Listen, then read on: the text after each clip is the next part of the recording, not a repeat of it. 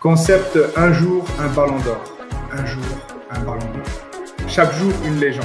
Un an, un style, une histoire. Pour raviver la mémoire du football et célébrer ceux qui ont fait briller le beau jeu. Son palmarès est impressionnant.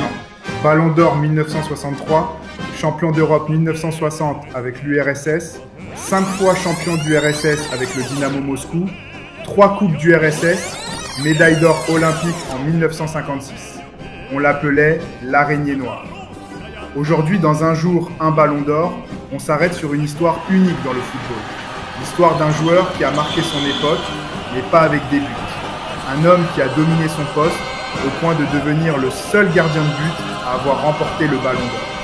Son nom, Lev Yachine. Nous sommes en 1963 et à cette époque, le football européen est dominé par les attaquants. Les buteurs sont les stars, les artistes du jeu. Les gardiens, eux, sont souvent dans l'ombre. On parle peu d'eux, sauf quand ils commettent une erreur. Mais Lev Yachine va complètement changer cette vision. Né en 1929 à Moscou, Yachine joue toute sa carrière dans un seul club, le Dynamo Moscou. Fidèle à ses couleurs, il devient rapidement une figure incontournable du football soviétique. Sur le terrain, il est reconnaissable entre mille. Toujours vêtu de noir, avec sa casquette et ses gants, il inspire le respect, et parfois même la peur chez les attaquants adverses. C'est d'ailleurs de là que vient son surnom, devenu mythique, l'araignée noire. Pourquoi ce surnom ? Parce qu'il semblait avoir 8 bras lorsqu'il plongeait pour arrêter un ballon. Et Yachine n'était pas seulement spectaculaire, il était surtout révolutionnaire. Avant lui, beaucoup de gardiens restaient collés à leur ligne. Yachine, lui, sortait de sa surface, interceptait les centres, organisait sa défense et dirigeait ses coéquipiers comme un véritable chef d'orchestre. Aujourd'hui, ce style nous paraît normal, mais dans les années 50 et 60, c'était une révolution. En 1963, Lev Yachine atteint le sommet de sa carrière. Avec le Dynamo Moscou, il remporte le championnat soviétique et ses performances impressionnent toute l'Europe.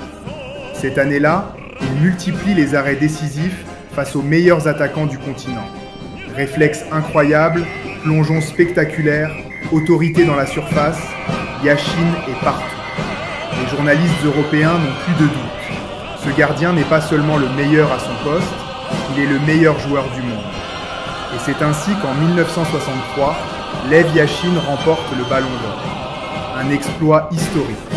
Parce que depuis la création du trophée en 1956, les attaquants et les milieux dominent largement les votes. Mais cette année-là, le monde du football reconnaît enfin l'importance d'un gardien. Et plus de 60 ans plus tard, ce record tient toujours.